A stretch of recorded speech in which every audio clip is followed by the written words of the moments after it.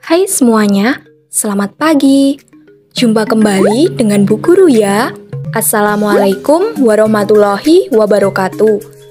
Kalian bagaimana kabarnya hari ini? Bu Guru selalu doakan agar kalian senantiasa dalam keadaan sehat walafiat. Hari ini, Bu Guru akan memberikan materi pembelajaran untuk SD kelas 5, tema 7, peristiwa dalam kehidupan. Subtema 3, kegiatan mengisi kemerdekaan, pembelajaran ke-1.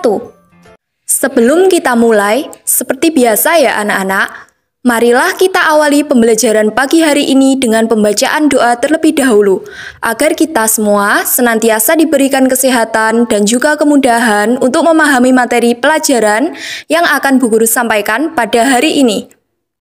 Anak-anak, banyak peristiwa yang terjadi di dalam kehidupan kita. Ada peristiwa-peristiwa yang dianggap penting dan patut dirayakan bersama orang lain. Seperti gambar berikut ini. Yang pertama, ini adalah kegiatan mencerdaskan kehidupan bangsa yang tercantum dalam pembukaan Undang-Undang Dasar 1945. Kegiatan tersebut berupa kegiatan pembelajaran di dalam kelas. Yang kedua, gambar tersebut yaitu kegiatan memajukan kesejahteraan umum yang tercantum dalam pembukaan Undang-Undang Dasar 1945. Kegiatan berupa pembangunan yang dilakukan oleh pemerintah atau swasta yang didukung oleh seluruh rakyat Indonesia. Selanjutnya yang ketiga, gambar tersebut yaitu kegiatan olahraga yang mampu mengharumkan nama Indonesia di tingkat internasional, merupakan salah satu kegiatan positif yang merupakan nilai cinta tanah air dan bangsa, dan merupakan perwujudan dari kegiatan mengisi kemerdekaan. Yang keempat, gambar tersebut yaitu pagelaran wayang kulit, merupakan salah satu kegiatan positif dalam mengisi kemerdekaan Indonesia, dengan cara menjaga dan melestarikan serta membudayakan kesenian-kesenian asli Indonesia. Baik anak-anak, selanjutnya kita akan belajar tentang surat undangan. Surat undangan merupakan surat yang berisi pemberitahuan dan permintaan kesediaan seseorang untuk menghadiri suatu acara atau kegiatan. Selain itu, kalimat yang digunakan dalam undangan haruslah efektif, yaitu singkat, padat, dan jelas. Tujuannya agar orang yang membacanya dapat segera mengerti isi dari undangan tersebut.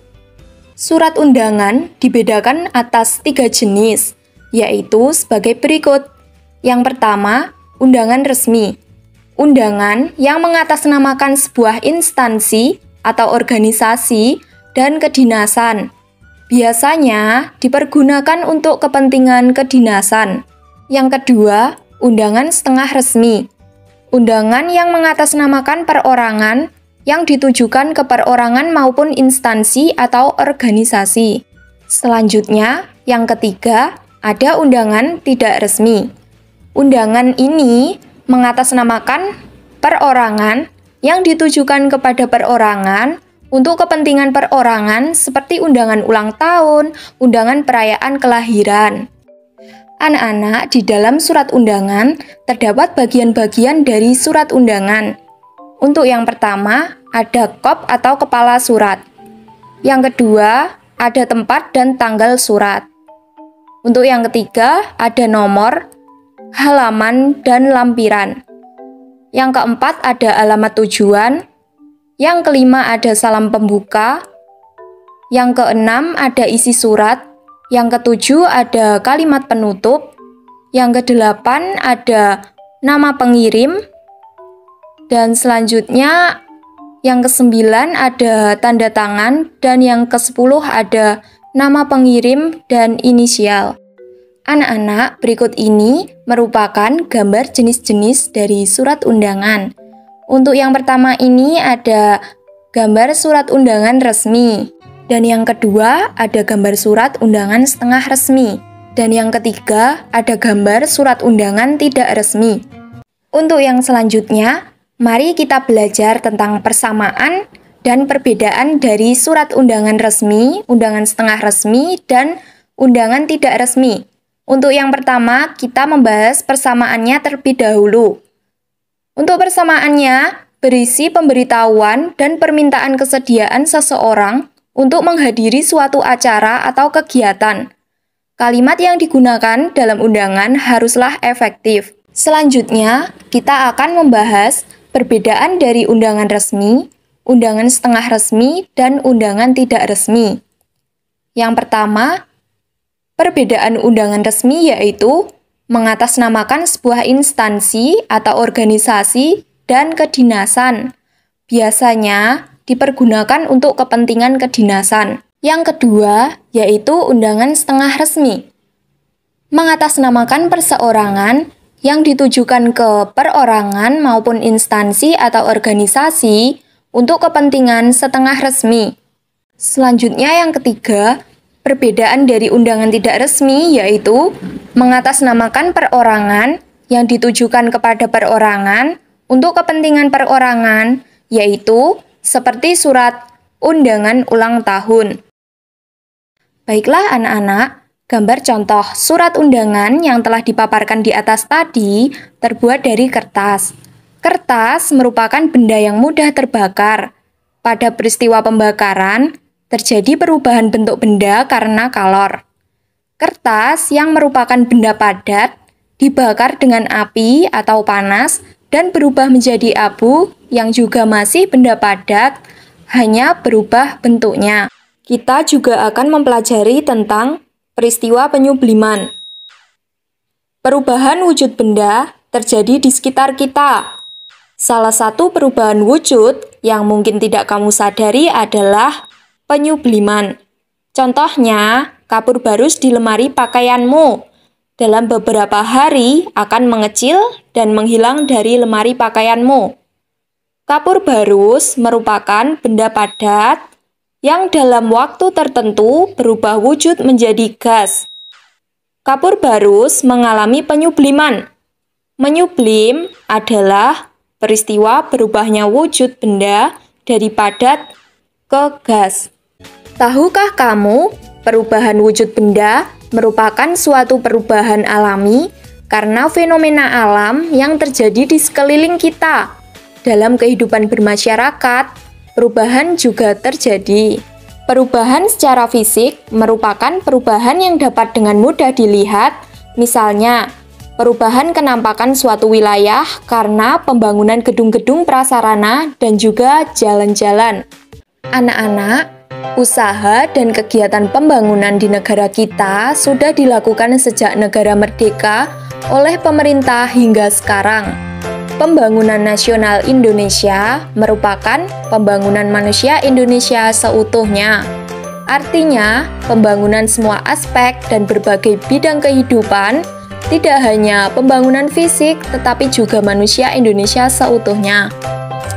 Pembangunan tidak dapat dilakukan jika kita belum merdeka dan berdaulat sebagai sebuah negara dan bangsa yang diakui oleh dunia. Oleh karena itu, kita sudah merdeka, ada banyak kegiatan pembangunan yang perlu dilakukan untuk mengisi kemerdekaan ini. Pembangunan sarana dan prasarana di berbagai bidang berikut dilakukan untuk menunjang kegiatan masyarakat dalam rangka meningkatkan kualitas hidup dan manusia guna mencapai kesejahteraan. Yang pertama, di dalam gambar tersebut yaitu terdapat sebuah pembangunan jalan. Untuk yang kedua, pada gambar berikut ini terdapat sebuah pembangunan suatu jembatan. Yang ketiga, di dalam gambar berikut ini ada pembangunan pasar. Gambar yang keempat ini yaitu adanya pembangunan sekolah. Dan yang kelima, pada gambar berikut ini yaitu ada pembangunan tempat ibadah.